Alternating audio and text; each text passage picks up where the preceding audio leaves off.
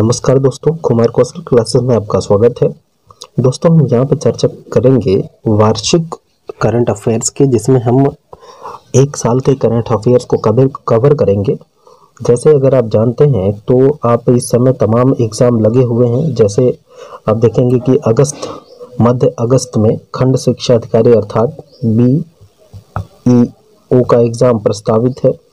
और उसी के साथ अगर सितंबर की बात करें तो 13 सितंबर को RO और ARO की परीक्षा प्रस्तावित है। आगे 11 अक्टूबर को PCS उत्तर प्रदेश PCS की परीक्षा प्रस्तावित है। और दिसंबर में खंड शिक्षा अधिकारी का मेंस है। और 22 दिसंबर को समीक्षा अधिकारी का मेंस है। और 22 जनवरी को PCS का मेंस है। दोस्तों, तो अगर अगर चीज़ें सही रहीं, शेड्यूल से चलता रहा सब, तो अगस्त से लेकर के जनवरी तक आपको प्रत्येक माह एग्ज़ाम का फेस करना पड़ेगा, जैसा कि UPPSC ने अपना सिलेबस, अपना जो कैलेंडर जारी किया उसके अकॉर्डिंग। तो इसमें हम लोग जो कवर अप करने का प्रयास करेंगे, एक साल का करंट अफेयर्स होगा। और वो एक साल के करंट अफेयर्स में हम प्रयास करेंगे कि जो भी तथ्य और या जो भी इसमें कॉन्सेप्ट बताया जाएगा वो प्रमाणिक पुस्तकों से बताया जाएगा। और इसमें जो शामिल किया गया है वो घटना चक्र, दृष्टि, और उसके बाद लक्ष्य, दृष्टि के कुछ ये करंट अफेयर्स के नोट्स हैं। और इस साथ साथ और भी प्रमाणित पुस्तकों के साथ ही, मैगजीन्स के साथ ही इसमें सही तथ्यात्मक सूचना देने का प्रयास किया गया है। तो इसमें हम लोग कवर किया जाएगा फरवरी 2019 से लेकर के जून 2020 तक का एक साल का पूरा करंट अफेयर्स। फरवरी 2019 से लेकर के जून 2020 तक का पूरा सिलेबस हम लोग इसमें कवर करेंगे। एक साल का प्रयास करेंगे कि जुलाई का भी कुछ आपको दे दिया जाए, लेकिन यह है कि जून तक का पूरा इसमें हम लोग कवर कर लिया जाएगा। जून 2020 का, माने फरवरी 2019 से लेकर के जून 2020 तक के करंट अफेयर्स को इसमें हम लोग कवर अप करेंगे। तो आइए पहले हम लोग देखते हैं कुछ सूचकांक पर जो महत्वपूर्ण है आपके परीक्षाओं के दृष्टिकोण से। अक्सर ये सवाल आपसे पूछे जाते रहते हैं विभिन्न परीक्षाओं के माध्यम से। तो आइए नज़र डालते हैं थोड़ा सा हम लोग यहाँ पे। देखिए, एक एकीकृत वायु रक्षा शस्त्र प्रणाली की चर्चा आती है। तो एकीकृत रक्षा शस्त्र प्रणाली की बात अगर आए तो इसमें आप जानिएगा दोस्तों कि ये जो एकीकृत रक्षा शस्त्र प्रणाली है, जिसको हम IADWS कहते हैं, ये क्या है? सबसे पहली बात तो इसको देखते हैं कि अमेरिका ने इस प्रणाली को भारत को बेचने की मंजूरी दी है। कब दी है? तो 10 फरवरी 2020 को। इसकी कीमत 1,86,70,00,000 अमेरिकी डॉलर बताया गया है। तो एक महत्वपूर्ण रक्षा समझौता आप कह सकते हैं, रक्षा सौदा इसे कह सकते हैं। इससे भारत को अपने सशस्त्र बलों का आधुनिकीकरण करने में सहायता मिलेगी, साथ ही किसी भी हवाई खतरे का जवाब देने में वायु रक्षा प्रणाली और मजबूत होगी। अगला देखें, 23वां राष्ट्रीय ई-गवर्नेंस सम्मेलन 2020। तो 7-8 फरवरी 2020 को महाराष्ट्र के मुंबई में इसका आयोजन किया गया था। इसकी थीम थी दोस्तों, भारत 2020 डिजिटल परिवर्तन, इंडिया 2020 डिजिटल ट्रांसफॉर्मेशन। ये इसका देखिए जो थीम है, थीम ही महत्वपूर्ण है। ठीक है, थीम आपसे सीधा थीम पूछ लिया जाता है UPPSC के द्वारा। तो आप थीम को भी समझ के चलेंगे कि ई गवर्नेंस का जो थीम है वो है भारत 2020 डिजिटल परिवर्तन। ठीक है, इंडिया 2020 डिजिटल ट्रांसफॉर्मेशन इसका थीम है। इसमें एक चीज़ और आप ध्यान देंगे कि इस सम्मेलन में आयुष्मान भारत ने राष्ट्रीय ई गवर्नेंस पुरस्कार जीता है। तो अगर ये जो सम्मेलन की बात कर रहे हैं, भारत 2020 का सम्मेलन था मुंबई में, इसमें ई गवर्नेंस का पुरस्कार आयुष्मान भारत ने जीता था। आप जानते हैं कि आयुष्मान भारत एक भारत सरकार की महत्वाकांक्षी योजनाओं में से एक है। अब आइए जरा देखते हैं कि अरविंद कृष्णा क्यों चर्चा में है। ये अरविंद कृष्णा चर्चा में क्यों है, तो इसको आप जाने दोस्तों कि इंटरनेशनल बिजनेस मशीन अर्थात IBM के नए मुख्य कार्यकारी अधिकारी अर्थात CEO इनको नियुक्त किया गया था 29 जनवरी 2020 को। आपसे दोस्तों सवाल पूछेगा कि 29 जनवरी 2020 को इंटरनेशनल बिजनेस मशीन IBM के नए मुख्य कार्यकारी अधिकारी किसे नियुक्त किया गया, तो आप अरविंद कृष्णा बताएंगे। यह वर्तमान में क्लाउड और कॉग्निटिव सॉफ्टवेयर के लिए वाइस प्रेसिडेंट है, जहां वह IBM बिजनेस यूनिट का नेतृत्व करते हैं। वह 6 अप्रैल 2020 को पदभार ग्रहण कर लिए हैं। इस पद पर वह वर्जीनिया रोमेट्टी की जगह लेंगे दोस्तों। आगे देखिए, देश का पहला हस्तशिल्प गांव। अब देखिए ये इम्पोर्टेंट है, आगरा के ताजगंज की बात है। तो देश में पहला हस्तशिल्प गांव का निर्माण किया गया, कहाँ पे, आगरा में बसाया गया है। हस्तशिल्प गांव का निर्माण कहाँ पे किया गया है, तो आगरा में बसाया गया है जनवरी 2020 में। इस गांव में देशी और विदेशी पर्यटकों को भ्रमण कराकर शिल्पियों के हुनर दिखाए जाएंगे। इसे आगरा के ताजगंज इलाके की मलको गली में बसाए जाने का प्रस्ताव है दोस्तों। ये आप जरूर ध्यान दीजिएगा कि आगरा के कहाँ पे, तो आगरा के ताजगंज, ठीक है, आगरा के ताजगंज इलाकों के मलको गली में इसको बसाए जाने का प्रस्ताव दिया गया है।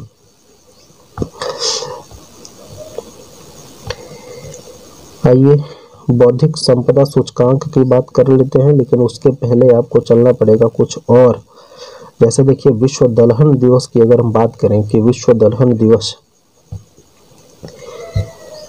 इसमें विश्व दलहन दिवस कब आयोजित हुआ था, तो 10 फरवरी 2020 को। 10 फरवरी 2020 को विश्व दलहन दिवस मनाया गया था। वर्ष 2019 में संयुक्त राष्ट्र सभा ने इस दिवस को मनाए जाने की घोषणा की थी। ठीक है, कब से इसको मनाए जाने का प्रस्ताव था, तो 2019 से संयुक्त राष्ट्र महासभा के द्वारा इसका प्रस्ताव दिया गया था। भारत ने नई दिल्ली में इस दिवस समारोह की मेजबानी की। भारत ने नई दिल्ली में इस दिवस समारोह की मेजबानी की ग्लोबल पल्स कॉन्फेडरेशन के सहयोग से। ठीक है, पूछा जाएगा कि विश्व दलहन दिवस कहाँ मनाया गया, तो आप कहेंगे दिल्ली में। किसने इसकी मेजबानी की थी, तो भारत में इसकी मेजबानी की गई थी। एक चीज़ इसमें आप देखेंगे दोस्तों, नया फैक्ट है जिसे आप नेफेड के नाम से जानते हैं। नेफेड क्या, ये नेफेड द्वारा आयोजित था। तो नेफेड क्या है, इसके नेफेड के बारे में आप जानें कि नेफेड की स्थापना 2 अक्टूबर 1958 को की गई थी। नेफेड की स्थापना कब की गई थी, तो 2 अक्टूबर 1958 को नेफेड की स्थापना की गई थी। नेफेड का मतलब होता है कि ये न्यूनतम समर्थन मूल्य पर जो PM आशा के तहत दलहन, तिलहन, कोपरा और कपास की खरीद सरकार करती है, तो भारत सरकार की एक केंद्रीय नोडल एजेंसी के रूप में काम करती है नेफेड। ठीक है, तो जितने दलहन तिलहन खरीदारी का काम होता है वो सब इसी नोडल एजेंसी के माध्यम से किया जाता है। तो आइए दोस्तों एक और देखते हैं हम लोग, राष्ट्रीय जल सम्मेलन। राष्ट्रीय जल सम्मेलन ये भी एक इम्पोर्टेंट हो जाएगा।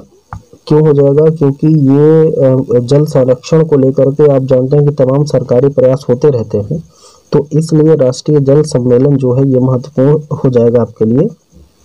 देखिए आप यहाँ पे कि राष्ट्रीय जल सम्मेलन 2020, राष्ट्रीय जल सम्मेलन 2020 की बात अगर हम करें तो इसको आप देखते हैं दोस्तों कि राष्ट्रीय जल सम्मेलन में इसका आयोजन कहाँ पे किया गया था और इसके उद्देश्य क्या थे, इन तमाम पहलुओं पर आपसे चर्चा करनी है। तो इसके बारे में आप जानें दोस्तों कि राष्ट्रीय जल सम्मेलन 2020 का आयोजन 11 फरवरी 2020 को मध्य प्रदेश के भोपाल में हुआ था। मध्य प्रदेश के कहाँ पे हुआ था?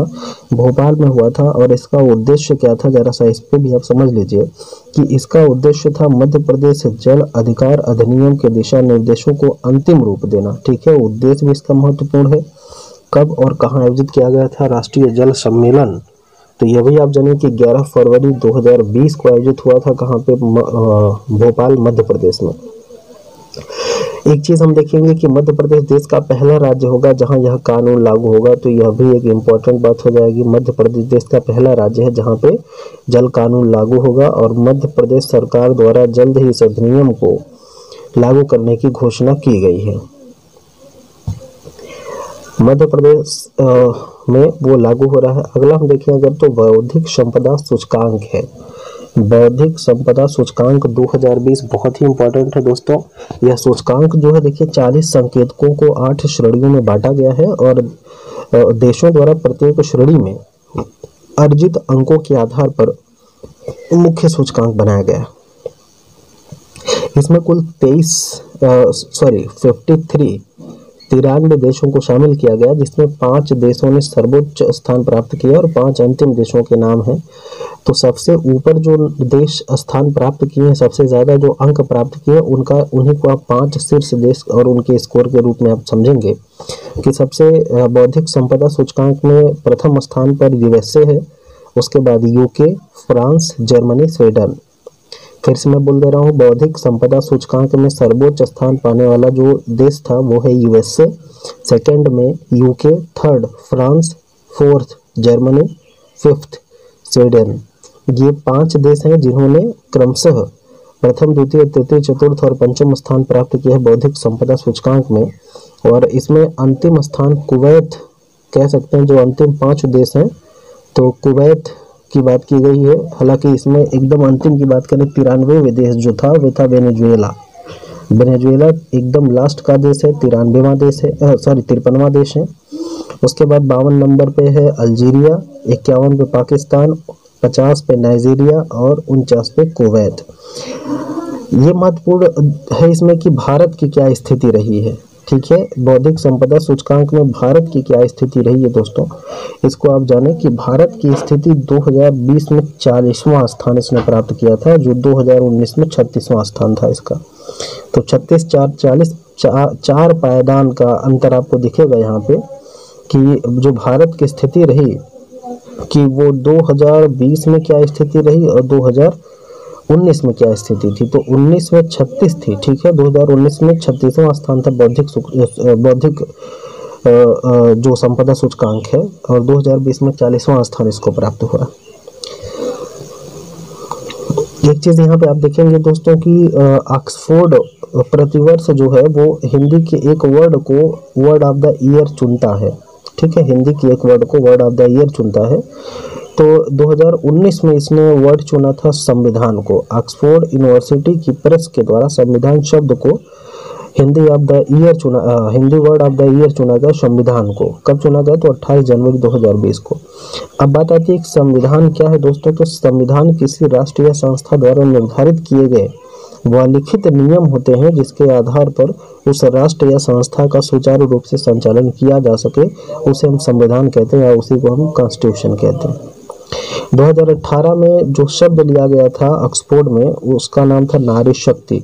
तो पूछे अगर कि 2018 में जो ऑक्सफोर्ड यूनिवर्सिटी ने या ऑक्सफोर्ड ने जो हिंदी ऑफ द वर्ड चुना था, तो 2018 में नारी शक्ति चुना था, 2019 में संविधान शब्द को इन्होंने चुना था। आगे एक चीज़ और आप देखेंगे दोस्तों कि मालदीव अभी चर्चा में है, और मालदीव की चर्चा का कारण ये है कि ये राष्ट्रमंडल का फिर से सदस्य बना है। राष्ट्रमंडल का 54वां सदस्य बना है यह, जो 1 फरवरी 2020 को सदस्यता पुनः ग्रहण करता है। इसमें 2016 में राष्ट्रमंडल की सदस्यता छोड़ दी थी। तो 1982 में वर्ष 1982 में मालदीव जो है राष्ट्रमंडल का सदस्य बना था। ठीक है, सबसे पहले 1982 में यह राष्ट्रमंडल का सदस्य बना था, लेकिन इसने सदस्यता 2016 में छोड़ी और पुनः 2020 1 फरवरी 2020 को इसने मालदीव ने राष्ट्रमंडल की सदस्यता ग्रहण कर ली थी। दोस्तों आपको बता दें कि राष्ट्रमंडल में कुल 54 स्वतंत्र देशों का ये जो राष्ट्रमंडल है ये 54 स्वतंत्र राष्ट्रों का एक राजनयिक संघ है। इसमें वही देश शामिल हैं जो कभी न कभी ब्रिटेन के राज्य के हिस्सा थे, या ये कह सकते हैं कि ब्रिटेन के उपनिवेश थे। राष्ट्रमंडल का मुख्यालय लंदन में स्थित है और इसके जो वर्तमान महासचिव हैं वो हैं पैट्रिसिया स्कॉटलैंड। तो यहाँ पे आप ध्यान देंगे, ये बात तो आप जान ही चुके हैं कि राष्ट्रमंडल का मतलब होता है कि वे देश जो कभी ना कभी ब्रिटिश के गुलाम थे, उन्हीं 54 देशों का समूह राष्ट्रमंडल कहलाता है। तो भारत भी उसका एक हिस्सा है, लेकिन आपको बताया गया है कि भारत जब भी चाहे या कोई भी देश इसका जो हिस्सा वो चाहे तो स्वेच्छा से वो राष्ट्रमंडल का साथ छोड़ सकता है, राष्ट्रमंडल के साथ उसकी त्यागपत्र की सदस्यता से दे सकता है बिना किसी प्रेशर के।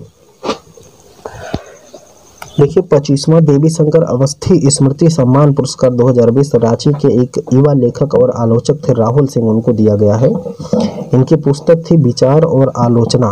तो इनकी पुस्तक विचार और आलोचना के लिए 25वां देवी शंकर अवस्थी स्मृति पुरस्कार या सम्मान दिया गया है, जो रांची के थे।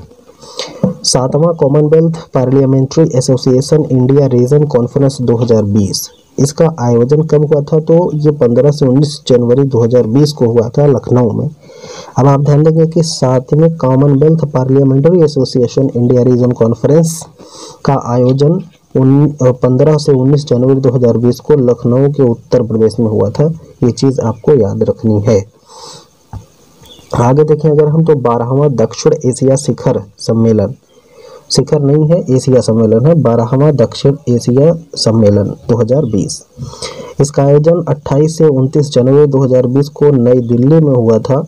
इसकी थीम दोस्तों आप याद रखिएगा, थीम इसकी बड़ा ही महत्वपूर्ण है। अगला हम देखें, एक महत्वपूर्ण पॉइंट आपको दिखेगा जिसको हम कहेंगे कि सबसे ऊंचे स्थान पर फैशन शो, सबसे ऊंचे स्थान पर फैशन शो का Guinness book of the world record किसने बनाया था? तो नेपाल के द्वारा बनाया गया है। नेपाल ने जनवरी 2020 में नेपाल में सबसे ऊंचे स्थान पर फैशन शो का आयोजन किया गया था, तो इसलिए यह चर्चा में रहा था। एक चीज देखेंगे कि बड़ा महत्वपूर्ण, भारत सरकार ने एक बिल पारित किया है, चिकित्सा गर्भपात संशोधन विधेयक, ठीक है। तो यह भी एक महत्वपूर्ण विधेयक है जो आपको जानना चाहिए।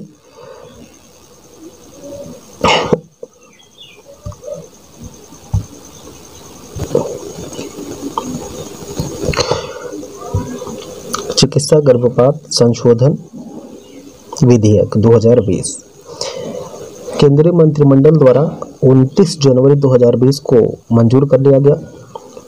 प्रस्तावित विधेयक द्वारा चिकित्सा गर्भपात अधिनियम 1971 में संशोधन किया जाएगा। इसके तहत विधेयक में विशेष तरह की महिलाओं के लिए गर्भपात की समय सीमा 20 सप्ताह से बढ़ाकर 24 सप्ताह करने का प्रावधान है। विशेष तरह की महिलाओं में दुष्कर्म पीड़ित, सगे संबंधियों के साथ यौन संपर्क की पीड़ित और अन्य असुरक्षित महिलाएं, जिसमें दिव्यांग महिलाएं, नाबालिग महिलाएं भी शामिल होंगी।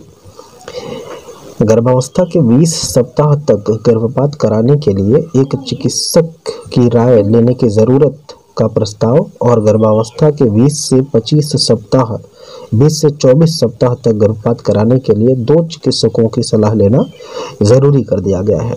आप दोस्तों ध्यान देंगे कि अगर 20 सप्ताह तक का गर्भ है, उसे आप अगर देखेंगे तो वो उसके लिए एक चिकित्सक से परामर्श की आवश्यकता होगी। अगर वो 20 से 24 सप्ताह तक का गर्भपात आपको कराना है तो वो आपको 2 चिकित्सकों की सलाह लेनी पड़ेगी, जो नए अधिनियम में इसको किया गया है, किसमें, जो अभी विधेयक प्रस्तुत किया गया है, ठीक है। इसमें देखिए जरा हम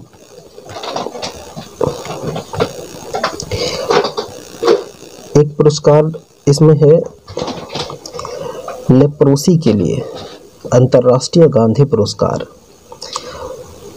लेप्रोसी का मतलब आप जानते हैं, ये एक संचारित रोग कहा जा सकता है, लेप्रेसी या लेप्रोसी, जिसे आप देखे होंगे कि बॉडी पर सफ़ेद दाग पड़ जाते हैं, सफ़ेद चकत्ते पड़ जाते हैं, पूरी बॉडी ही कभी कभी वाइट हो जाती है, तो वो लेप्रोसी होता है। ये जो राष्ट्रपति रामनाथ कोविंद द्वारा यह पुरस्कार प्रदान किया गया है 6 फरवरी 2020 को। इसमें देखिए दो श्रेणियों में, एक तो संस्थागत श्रेणी, ठीक है, संस्था को दिया गया, दूसरा व्यक्तिगत श्रेणी, व्यक्ति को दिया गया। तो जो संस्थागत यह कुष्ठ रोग का पुरस्कार दिया गया है वो दिया गया है कुष्ठ रोग मिशन ट्रस्ट को, ठीक है, कुष्ठ रोग मिशन ट्रस्ट को दिया गया था। जबकि जो इसके व्यक्तिगत श्रेणी के पुरस्कार हैं वो डॉक्टर NS धर्मशक्तु को दिया गया है। तो यह भी बातें आपको ध्यान देनी है। एक चीज़ देखिए, अगर कि लेप्रोसी के लिए अंतर्राष्ट्रीय गांधी पुरस्कार की शुरुआत कब हुई थी, तो ये 1986 में इसकी शुरुआत हो गई थी। यह पुरस्कार Gandhi memorial leprosy foundation Wardha द्वारा कुष्ठ रोग उन्मूलन की दिशा में किए गए प्रयासों के लिए दिया जाता है।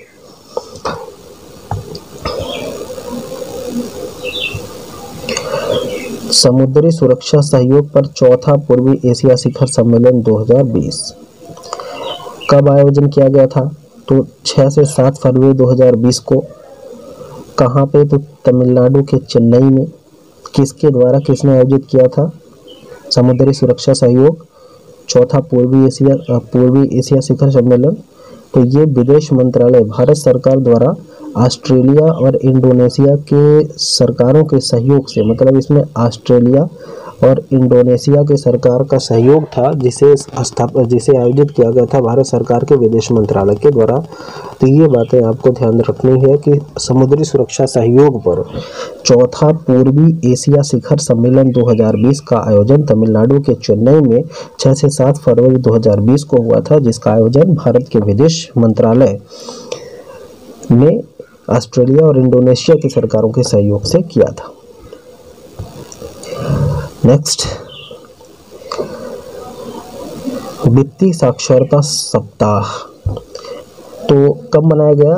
वित्तीय साक्षरता सप्ताह दोस्तों 10 से 14 फरवरी 2020 को मनाया गया था, जिसकी थीम थी माइक्रो, लघु और मध्यम उद्योग, MSME, माइक्रो, लघु और मध्यम उद्योग इसकी थीम थी। तो थीम भी इम्पोर्टेंट है, थीम आपको जानना कि वित्तीय साक्षरता सप्ताह की थीम क्या थी, माइक्रो, लघु और मध्यम उद्योग अर्थात MSME। किसके द्वारा आयोजित किया गया था ये, तो भारतीय रिजर्व बैंक के द्वारा इसका आयोजन किया गया था। विंग्स इंडिया 2020 भारतीय नागरिक उड्डयन उद्योग का प्रमुख कार्यक्रम है। इसका आयोजन 12 से 15 मार्च 2020 को हैदराबाद के बेगमपेट हवाई अड्डे पर किया गया था, जिसकी थीम थी फ्लाइंग फॉर ऑल। क्या थीम थी इसकी, फ्लाइंग फॉर ऑल। इसकी विंग्स इंडिया की थीम क्या थी, फ्लाइंग्स फॉर ऑल। आगे देखते हैं लोकतंत्र सूचकांक 2019। दोस्तों लोकतंत्र सूचकांक 2019 ब्रिटेन के मीडिया संस्थान द इकोनॉमिस्ट ग्रुप की इकोनॉमिक इंटेलिजेंस यूनिट अर्थात EIU द्वारा जारी 22 जनवरी 2020 को जारी किया गया। लोकतंत्र सूचकांक में कुल 165 देशों तथा 2 क्षेत्रों को शामिल किया गया है। इसमें 60 संकेतकों के समूहों से 5 पैमानों पर तैयार किया जाता है। किसी भी देश में लोकतंत्र की क्या स्थिति, इसके लिए 5 मानदंड स्थापित किए गए हैं। तो 5 मानदंडों में देखा, सबसे पहली बात तो ये देखा जाएगा कि उस देश की चुनावी प्रक्रिया और बहुलवाद की क्या स्थिति है, नागरिकों की स्वतंत्रता कैसी है, सरकार की कार्यप्रणाली, राजनयिक भागीदारी, राजनीतिक संस्कृति, इन पर ये 5 पैमाने तैयार किए गए हैं। अब इसमें देखें कि जो लोकतांत्रिक स्वतंत्रता का सूचकांक है, इसमें शीर्ष 5 देश कौन है, मतलब किसमें लोकतंत्र बेहतर है, और 5 वे देश जिनकी स्थिति जहाँ पे लोकतंत्र की स्थिति खराब है। तो सबसे बढ़िया लोकतंत्र की अगर हम बात करें तो नॉर्वे है, जिसका स्कोर रहा ये 9.87 का स्कोर रहा इसका। दूसरे नंबर पे आइसलैंड है, जिसका स्कोर 9.58 रहा। तीसरे नंबर पर स्वीडन है, जिसका स्कोर 9.39 रहा। न्यूजीलैंड चौथे नंबर पर है, फिनलैंड 5वें नंबर पर। ये 5 शीर्ष देश हैं दोस्तों, जहाँ पे लोकतंत्र, जो सर्वोच्च लोकतंत्र की बात, जहाँ पे लोकतंत्र बेहतर ढंग से कार्य कर रहा है। 5 निम्नतम देशों की बात अगर करें तो सबसे इसमें देखेंगे आप तो 165 देशों में हालांकि ये दो अन्य क्षेत्र है तो 167 हो गए हैं। तो अंतिम पायदान पर 167वें स्थान पर उत्तर कोरिया है, 166वें पे कांगो सेंट्रल है और 165 पे अफ्रीकन रिपब्लिकन है और 164 पे सीरिया और 163 पे चाड है। तो इस तरीके से आप देखेंगे कि सबसे बेहतर लोकतंत्र कहाँ पे, नॉर्वे में, और सबसे घटिया उत्तर कोरिया में है। अब इसमें अगर देखें कि भारत की स्थिति क्या है, यही आपके कंपटीशन के लिए महत्वपूर्ण है। आप इसमें देखेंगे सबसे सर्वोच्च कौन है, सबसे अंतिम कौन है और भारत की स्थिति क्या है। तो यहाँ पे फेल्ड डेमोक्रेसी की श्रेणी में भारत को रखा गया है, फेल्ड, ठीक है, जहाँ पे त्रुटिपूर्ण लोकतंत्र की बात होती है, फेल्ड है ना, फेल्ड डेमोक्रेसी, त्रुटिपूर्ण लोकतंत्र की श्रेणी में इसको रखा गया भारत को। 2019 में 51वां स्थान इसने प्राप्त किया है, 6.90 का स्कोर भारत ने किया था, जबकि 2018 में यह 41वें स्थान पर था। ठीक है, 2018 में किस स्थान पर, 41वें स्थान पर था। तो दोस्तों आप देख रहे हैं कि 2018 और 19 के बीच में भारत जो है वो कई पायदान, लगभग 51, आप देखेंगे लगभग 10 पायदान ये लुढ़का हुआ है। तो लोकतंत्र की स्थिति भारत में कहीं ना कहीं आप डाउन देख पा रहे हैं। आगे देखें हम, तीसरा विश्व आलू सम्मेलन 2020, तीसरा विश्व आलू सम्मेलन 2020 कब और कहाँ आयोजन किया गया था? तो 28-30 जनवरी 2020 को इसका आयोजन गांधीनगर गुजरात में किया गया था। ये बस आपको इतना याद रखना है कि तीसरा विश्व आलू सम्मेलन का आयोजन कहाँ हुआ था? गांधीनगर गुजरात में। बस देश का पहला पशु युद्ध स्मारक उत्तर प्रदेश के मेरठ स्थित रेमाउंट एंड वेटरनरी कोर अर्थात RVC सेंटर में बनाया जाएगा। यह स्मारक उन पशुओं के योगदान को समर्पित होगा जिन्होंने कारगिल युद्ध के दौरान कश्मीर में आतंकवाद विरोधी अभियानों में सेना की मदद की थी। तो ये एक इम्पोर्टेंट, आप जानते होंगे कि वीर शहीदों के लिए तमाम स्मारक स्थल बनाए गए हैं। तो पशु जो मरते हैं देश की सेवा में या देश के लिए, तो उनके लिए कुछ ऐसा नहीं किया जाता था। तो उत्तर प्रदेश के मेरठ में पहली बार पशु युद्ध स्मारक स्थल का विकास किया जा रहा है। आप बस इतना जानिए कि देश में पहला पशु युद्ध स्मारक कहाँ पे स्थापित किया गया? तो उत्तर प्रदेश के मेरठ में स्थापित किया गया है। इतनी बात आपको ध्यान देनी है। टाइलर पुरस्कार की बात हम करेंगे तो टाइलर पुरस्कार 2020 यह पर्यावरण के क्षेत्र में दिया जाने वाला पुरस्कार, नोबेल पुरस्कार है। पहली बात तो आप यही जानिए कि टाइलर पुरस्कार 2020 जो है ये पर्यावरण के क्षेत्र में दिया जाने वाला नोबेल पुरस्कार है। और प्रसिद्ध पर्यावरण शास्त्री, पर्यावरण अर्थशास्त्री और संयुक्त राष्ट्र पर्यावरण कार्यक्रम के सद्भावना दूत पवन सुखदेव एवं स्टैनफोर्ड यूनिवर्सिटी के प्रोफेसर डॉक्टर ग्रेशियन सी डेली को संयुक्त रूप से दिए जाने की घोषणा की गई है। अब पूछेगा कि टाइलर पुरस्कार संयुक्त रूप से, ये आपको सवाल पूछेगा कि पर्यावरण के क्षेत्र में नोबेल पुरस्कार के रूप से जाना जाने वाला टाइलर पुरस्कार संयुक्त रूप से किसे दिया जाएगा? तो पवन सुखदेव और डॉक्टर ग्रेशियन सी डेली, ठीक है, इन दोनों को दिया जाएगा। पवन सुखदेव और डॉक्टर ग्रेशियन सी डेली को, दोनों को संयुक्त रूप से यह पुरस्कार दिया जाएगा, जिसकी घोषणा 27 जनवरी 2020 को हुई थी। वर्तमान में वर्ल्ड वाइल्ड लाइफ फंड, ये जो पवन सुखदेव हैं इसके बारे में आप जानिए दोस्तों कि जो पवन सुखदेव हैं, पवन सुखदेव ये वर्तमान में वर्ल्ड वाइड लाइफ फंड के अध्यक्ष हैं। ये इंपॉर्टेंट बात है, वर्ल्ड वाइड लाइफ फंड आपको बार बार पूछा जाता है पर्यावरण से संबंधित। ये इनके बारे में खास ये दोस्तों कि इन्होंने 2008 में पर्यावरण और जैव विविधता का अर्थशास्त्र, 2008 में इन्होंने ग्रंथ लिखा था पर्यावरण और जैव विविधता का अर्थशास्त्र नामक एक रिपोर्ट इन्होंने प्रकाशित की थी। उसके बाद वनों की कटाई से वैश्विक अर्थव्यवस्था को होने वाला नुकसान विश्व भर की मीडिया में सुर्खी बन गया था। इसी उपलब्धि के लिए इन्हें इस पुरस्कार के लिए चुना गया है। आइए देखते हैं ऑपरेशन वनीला क्या था। दोस्तों ऑपरेशन वनीला क्या है? ये भारतीय नौसेना द्वारा मेडागास्कर में मानवीय सहायता और आपदा राहत उपलब्ध कराने के लिए चलाया गया था। यह अभियान जनवरी 2020 में चलाया गया था। इसका उद्देश्य क्या था? तो ये वहाँ मेडागास्कर के क्षेत्रों में डायने नाम का एक चक्रवात आया हुआ था जिसकी तबाही से बचाने के लिए मेडागास्कर के लोगों का सहयोग करने के लिए भारत ने ऐसे अभियान को चलाया था। तो ये ऑपरेशन वनीला महत्वपूर्ण है। ऑपरेशन वनीला पूछा जा सकता है, आपसे पूछेगा कि ऑपरेशन वनीला क्या था। तो ये भारत सरकार के द्वारा मेडागास्कर के लोगों को डायने नामक चक्रवात के प्रभाव के बाद उनका सहायता करने के लिए चलाया गया था। आगे हम देखें अगर कि संप्रति या संप्रीति 2020 क्या है। संप्रीति 2020 क्या है, तो इसके संप्रीति के बारे में आप जानें दोस्तों कि भारत एवं बांग्लादेश के मध्य संयुक्त सैन्य अभ्यास है जो 2 से 16 फरवरी 2020 को उमरोई मेघालय में किया गया था। संप्रीति क्या है? संप्रीति भारत और बांग्लादेश के मध्य संयुक्त सैन्य अभ्यास है। ये चीज़ आपको ध्यान देनी है, जो 2 से 16 फरवरी 2020 को उमरोई मेघालय में इसका अभ्यास किया गया था।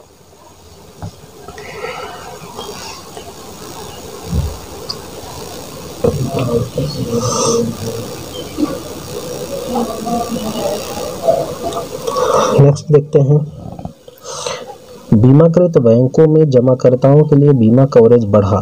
ठीक है, क्या हो गया? भारतीय रिजर्व बैंक द्वारा 4 फरवरी 2020 से बीमा कवर की सीमा को 1 लाख रुपए से के वर्तमान स्तर से बढ़ाकर 5 लाख रुपए प्रति जमाकर्ता कर दिया गया। इम्पोर्टेंट बात है, देखिए ये इसी वित्तीय वर्ष में बताया गया है कि 1 लाख रुपए के स्थान पर आपको 5 लाख रुपए जमाकर्ता को दिया जाएगा। यह कवर आरबीआई की पूर्ण स्वामित्व वाली समूसंगी कंपनी निक्षेप बीमा और प्रत्यय गारंटी निगम DICGC द्वारा प्रदान किया जाता है। इस आशय की घोषणा केंद्रीय बजट 2020-21 में की गई थी। इससे पूर्व बीमा कवर की सीमा 1 लाख रुपए थी जो 1993 से लागू थी। बीमा कवर कितना था? 1 लाख रुपए था 1993 से, लेकिन 2021 में जो बजट दिया गया उसमें यह बात कहा गया। 22वां अंतर्राष्ट्रीय समुद्री खाद्य सी फूड शो 2020। 22वां अंतर्राष्ट्रीय समुद्री खाद्य सी फूड 2020, इसका आयोजन 7 से 9 फरवरी 2020 को हुआ था। कहाँ पे? तो केरल के कोच्चि में हुआ था। इसकी थीम क्या थी? थीम भी इम्पोर्टेंट है दोस्तों, नीली क्रांति, उत्पादन के आगे मूल्यवर्धन। अंतर्राष्ट्रीय समुद्री खाद्य अर्थात सी फूड शो 2020 22वां की थीम क्या थी? तो नीली क्रांति, उत्पादन के आगे मूल्यवर्धन।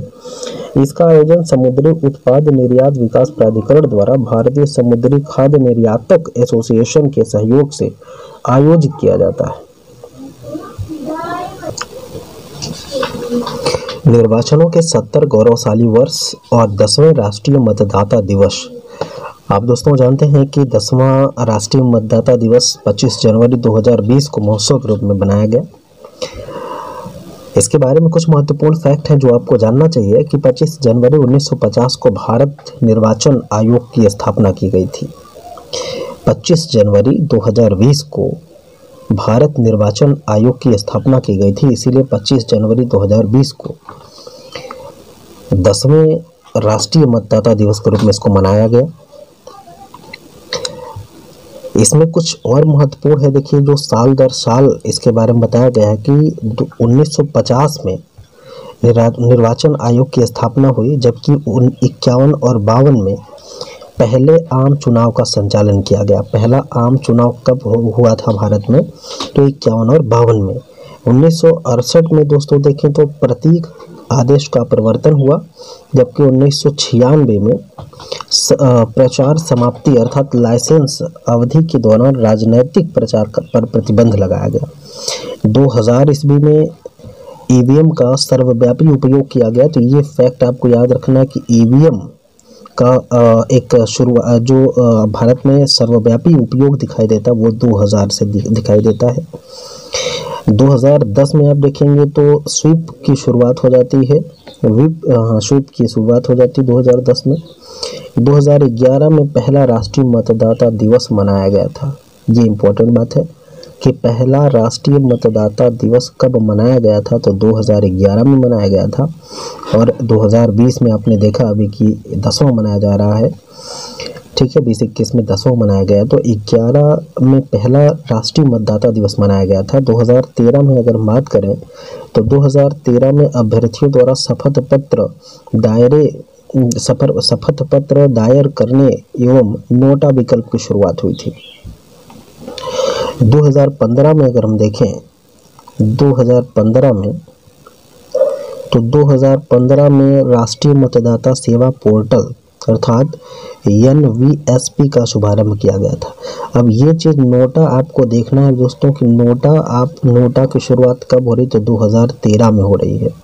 इसको आप जानिए दोस्तों कि नोटा का मतलब होता है कि इनमें से नन ऑफ दीज, कोई भी जो भी आपके पास EVM मशीन में जो कैंडिडेट हैं उनमें से कोई हमें पसंद नहीं, तो इनके अलावा एक इनको अलग से दिया जाता है। जैसे अगर हम ये कहें कि ये EVM मशीन है, इसमें A से लेकर के Z तक के प्रत्याशी हैं और उनके सामने इनका चुनाव चिन्ह है, तो इनके अलावा एक और वहाँ पे चिन्ह रहेगा जिसे आप नोटा कहते हैं।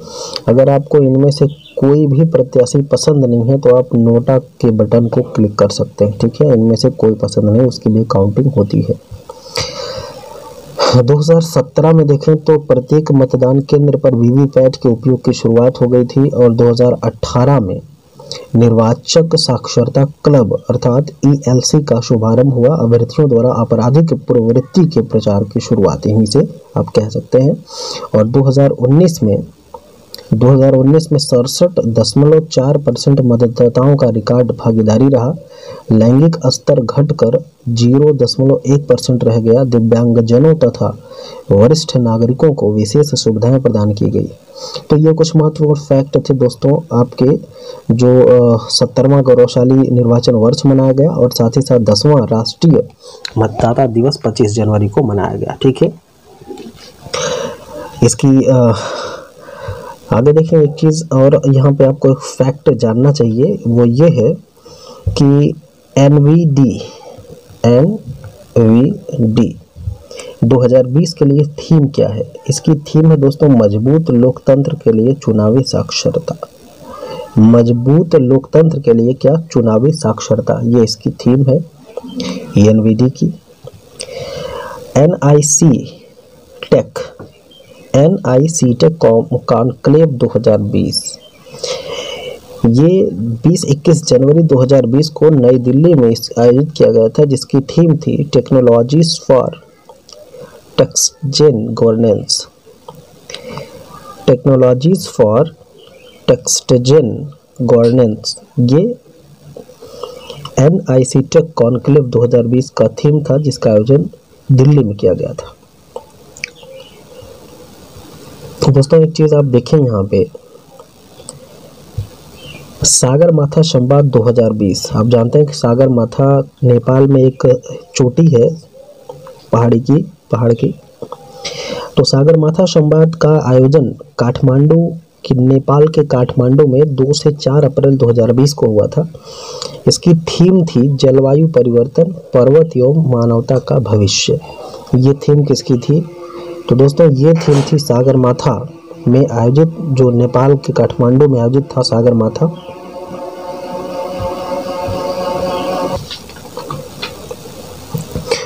विश्व आर्थिक मंच का 50वां सम्मेलन, विश्व आर्थिक मंच का 50वां सम्मेलन 2020। इसका आयोजन 21 से 24 जनवरी 2020 को दावोस में किया गया था, जो क्लस्टर्स स्विट्जरलैंड का है। दावोस, स्विट्जरलैंड के दावोस में किया गया था इसका आयोजन। विश्व आर्थिक मंच का 50वां सम्मेलन स्विट्जरलैंड के दावोस में किया गया था। इसकी थीम दोस्तों याद रखिएगा, थीम भी इसकी महत्वपूर्ण होती है, थीम आपको जरूर पढ़ना है। केंद्रीय वाणिज्य एवं उद्योग तथा रेल मंत्री पीयूष गोयल ने इस सम्मेलन में भारतीय प्रतिनिधिमंडल का नेतृत्व किया था। आगे आते हैं भ्रष्टाचार बोधक सूचकांक, बड़ा महत्वपूर्ण सूचकांक है भ्रष्टाचार बोध सूचकांक 2019। ट्रांसपेरेंसी इंटरनेशनल द्वारा जारी 23 जनवरी 2020 को भ्रष्टाचार बोध सूचकांक 2019 जारी किया गया था, जिसमें कुल 180 देश शामिल थे। भारत की स्थिति की अगर बात करें इसमें कि भारत की स्थिति क्या है, तो इसमें शीर्ष 3 देशों को पहले आप देख लीजिए, उसके बाद निम्न 3 देश कौन कौन से, फिर हम भारत की स्थिति पर चर्चा करेंगे। पहले तो आप ये जानें कि भ्रष्टाचार बोध सूचकांक 2019 यह सूचकांक 0 से लेकर के 100 अंकों तक विस्तारित है, जिसमें 0 का अर्थ सर्वाधिक भ्रष्ट और 100 का अर्थ है सर्वाधिक ईमानदार देश। ठीक है, अगर कोई देश 0 है तो इसका मतलब वहाँ पे भ्रष्टाचार सबसे ज़्यादा है। अगर 100 के आसपास पहुँच चुका है तो इसका मतलब वह सबसे ईमानदार देश है। तो शीर्ष 3 देशों की अगर हम बात करें तो जिसमें आप देखेंगे डेनमार्क एवं न्यूजीलैंड, जिनका स्कोर 87 रहा, फिनलैंड का स्कोर 86 रहा, सिंगापुर, स्वीडन एवं स्विट्जरलैंड ये 85 इनका स्कोर रहा। तो शीर्ष 3 जो देश हैं डेनमार्क और न्यूजीलैंड, मतलब डेनमार्क और न्यूजीलैंड में सबसे ज़्यादा जो लोकतंत्र जो भ्रष्टाचार है वो सबसे कम है। ठीक है, जो कि इनको 87 मार्क्स मिले हैं। फिनलैंड उसके बाद है, सिंगापुर, स्वीडन है एवं स्विट्जरलैंड है। ठीक है, ये जो देश हैं ये 3 यही देश हैं जो शीर्ष स्थान पर है। निम्न देशों में अगर बात करें तो 180 स्थान पर सोमालिया है। ठीक है, सबसे 1 नंबर मतलब सबसे बेहतर भ्रष्टाचार सबसे कम कहाँ पे, तो डेनमार्क और न्यूजीलैंड, और सबसे ज़्यादा कहा तो सोमालिया में। ठीक है, जो ये इसका स्कोर है वो 9 प्राप्त हुआ इसको। दक्षिण सूडान है, उसके बाद फिर सीरिया है ना। तो ये 3 सबसे निम्नतम देश हैं और 3 उच्चतम देश या शीर्ष देश की चर्चा की गई थी। बेसिकली आपको इम्पोर्टेंट ये होना चाहिए कि भारत की स्थिति इसमें क्या है। भ्रष्टाचार बोध सूचकांक 2019 में भारत की स्थिति क्या है दोस्तों, तो आप जानिए कि 2018 में ये 78वें स्थान पर था। 2018 में ये किस पे था, 78वें स्थान पर था, और 2019 में यह 80वें स्थान पर हो गया। तो यह भी एक ठीक स्थिति है भारत के लिए कि 2018 में 78 था और 80 मतलब 2 पायदान ये बढ़ा है।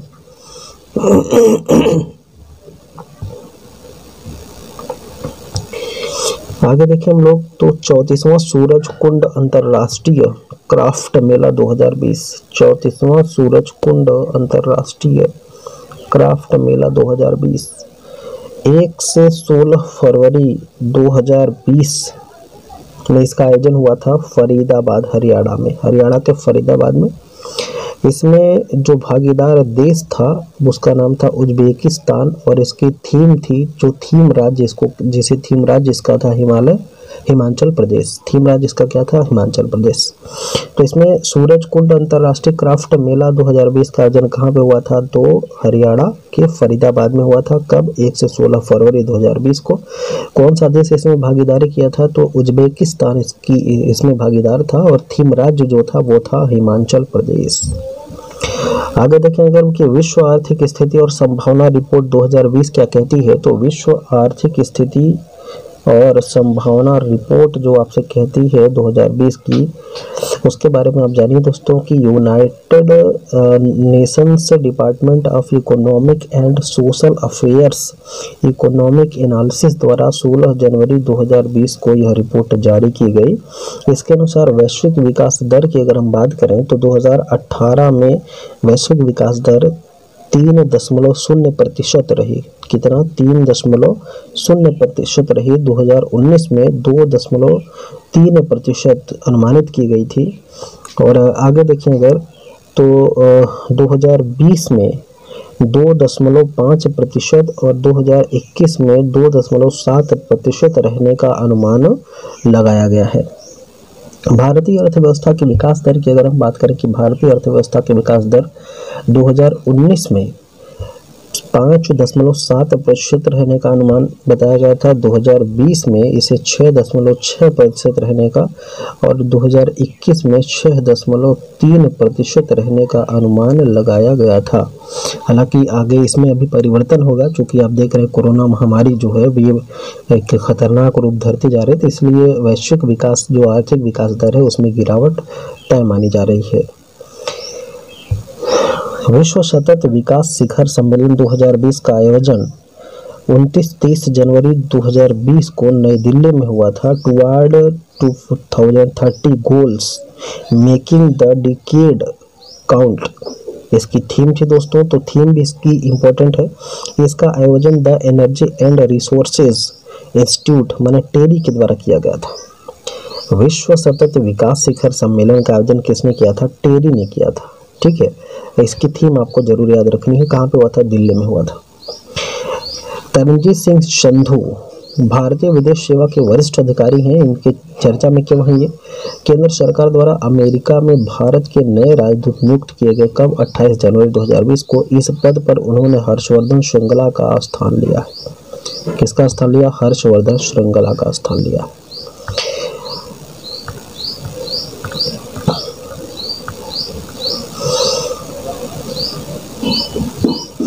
2020 हेतु G77 की अध्यक्षता वर्ष 2019 के अध्यक्ष फिलिस्तीन द्वारा गुयाना को दिया गया है और G77 की अध्यक्षता हस्तांतरित जनवरी 2020 में की गई। संयुक्त राष्ट्र के अंतर्गत विकासशील देशों का सर्वाधिक वृहद अंतर्राष्ट्रीय संगठन यह है। इसकी जो स्थापना है वो 15 जून 1964 को की गई थी और G77 के या G77 के वर्तमान देशों की जो संख्या है वो 135 हो गई है। फिर भी इसके मूल नाम को इसके ऐतिहासिक महत्व के कारण कायम रखा गया है। एक चीज़ आप दोस्तों यहाँ पे जाने कि जहाँ भी आप देखेंगे, जैसे आप देखेंगे कि G7 है ना, G8 है, G11 है, G12 है, ऐसे करके तो G का मतलब यहाँ होता है ग्रुप। ये जितना संख्या आगे रहेगी, जैसे G7 की बात अगर करें तो इसमें 7 देश का समूह शामिल होगा। अगर G77 की हम बात कर रहे हैं तो इसमें 77 देश शामिल होंगे। ठीक है, 77 देश इसमें शामिल होंगे। तो इसमें शुरुआत जब इसकी हुई थी तो इसमें कुल 77 देश ही थे, इसलिए इसका नाम G7 रख दिया गया। लेकिन वर्तमान में इसमें जो सदस्यों की देश संख्या है, सदस्य देश इसके 135 हो गए हैं। फिर भी इसके जो ऐतिहासिक महत्व है उसके कारण इसका नाम G7 ही रखा गया है। ध्यान देने की बात है कि भारत वर्ष 1970-71 और 79-80 में इसका अध्यक्ष रह चुका है।